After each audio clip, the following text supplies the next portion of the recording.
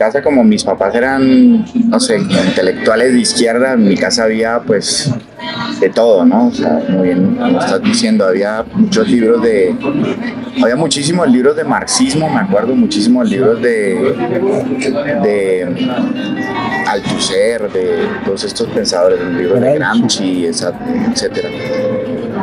Pero de niño a mí, por supuesto, me gustaban los libros de aventuras, ¿no? Me gustaban los libros de Jack London, me gustaban los libros me gustaba mucho Mark Twain. Y esas fueron como las lecturas de chiquito, ¿no? Libros de aventuras, libros de terror también me encantaban. Muy chiquito también leí La Metamorfosis de Kafka y me pareció un libro que yo pues en ese momento no lo leí como si fuera literatura seria, me pareció como una literatura de terror, me parecía horrible, ominoso. Pero también como que lo que me influyó mucho a mí de niño fue el tipo de casa donde yo me crié. Como que yo me crié en una casa donde pasaba muchos tipos de gente, o sea, de distintos lugares del mundo que también pasaba por la casa de mis papás por la militancia política, pero también gente como del campo, ¿no? Luchadores sociales, indígenas, líderes negros. Yo como que me crié en una casa donde eso era muy importante, ¿no? O sea, como ese contacto con con esos mundos muy distintos. Yo creo que eso también, no he hecho, crecí en una casa donde circulaban muchas historias muy distintas. Llegaban en los 80, me acuerdo que llegaban muchos exiliados del Cono Sur que pasaban por allí por la casa.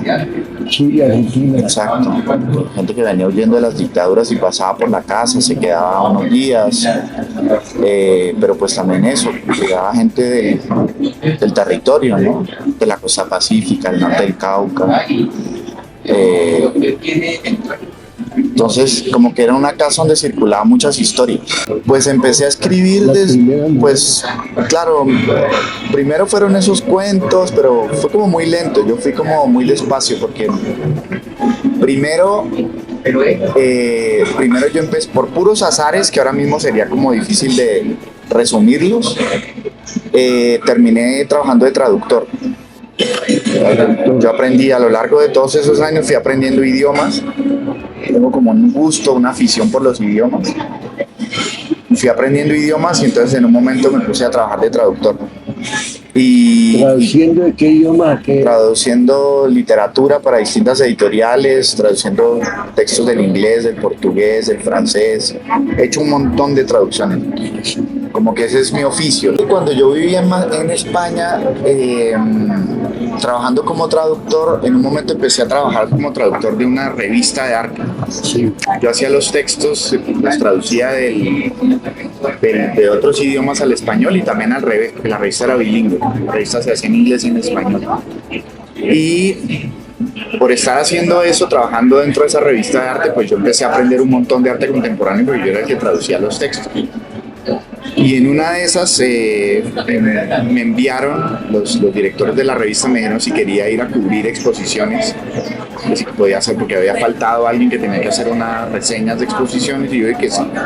Y a partir de ahí empecé a hacer reseñas de exposiciones, entrevistas con artistas, como que empecé a vincularme también más en el contenido de la revista.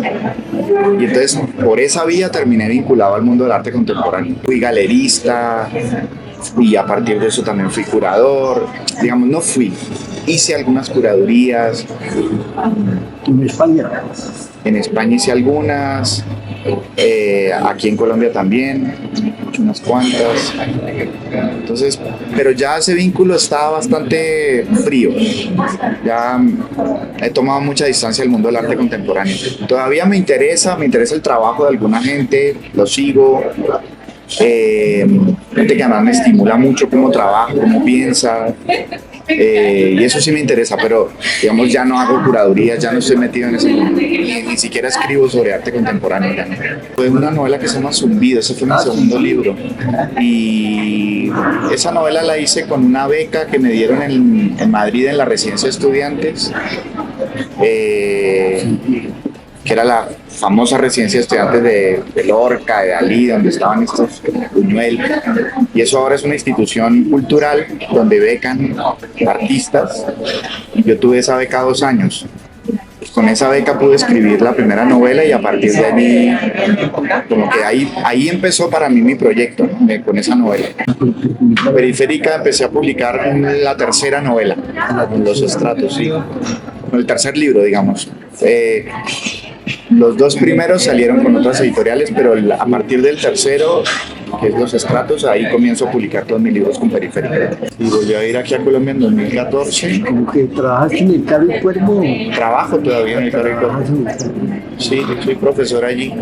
Fui uno de los creadores de la maestría en escritura creativa del instituto. Y desde hace ya bastantes años trabajo en el Carro y Cuervo, como desde 2016. Mi literatura solo se escribe o solo se piensa como desde este lugar, desde acá. Yo veo el mundo entero desde acá, como desde la región. Henry Price y Manuel María Paz. Esos fueron los 3 pintores de la comisión.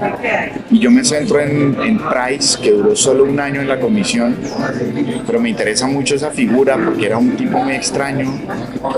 Porque él era inglés, pero había pasado la adolescencia en Nueva York y se casó con la heredera de una fortuna judía de Bogotá.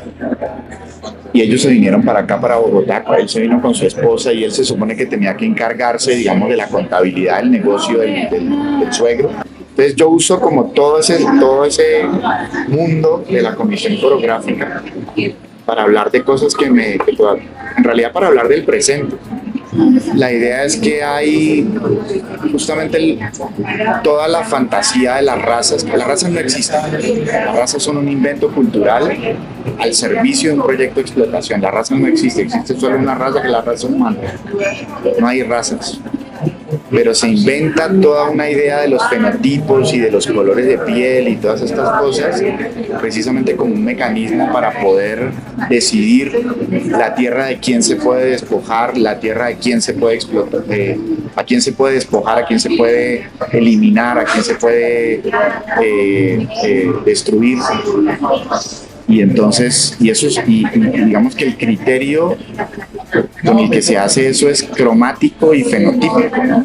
La idea es, si vos tenés determinadas características físicas, pues yo puedo asumir de entrada que lo tuyo me lo puedo apropiar. Y entonces me interesaba mucho hablar de todas estas cuestiones que siguen vivas, que siguen ahí, que si uno las sigue viendo. Y además pasa otra cosa en este país, y es ese proyecto de la Comisión Coreográfica también fue un proyecto como para tipificar las famosas regiones y para decidir cómo son esas regiones. Y quienes deciden cómo son esas regiones obviamente son los que detentan el poder. Entonces se crea como toda una idea, digamos, de los cuadros de costumbres, en fin, pero todos son mecanismos de dominación. Eso es interesante ver. Pero también al mismo tiempo me interesa enfrentar esa idea con otra idea, que es la idea de las luchas republicanas que se hacen desde abajo, porque eso también pasó en Colombia. La novela cubre como todo ese periodo. Se centra en el primer año, en el único año que estuvo Price en la comisión pintando, y luego pasa a lo que sucede 3 años después, ¿no? Después de la guerra, justamente de la dictadura con Melo, etc. Pero no es una novela histórica porque todo es inventado, todo está súper inventado, todo está transfigurado por la ficción.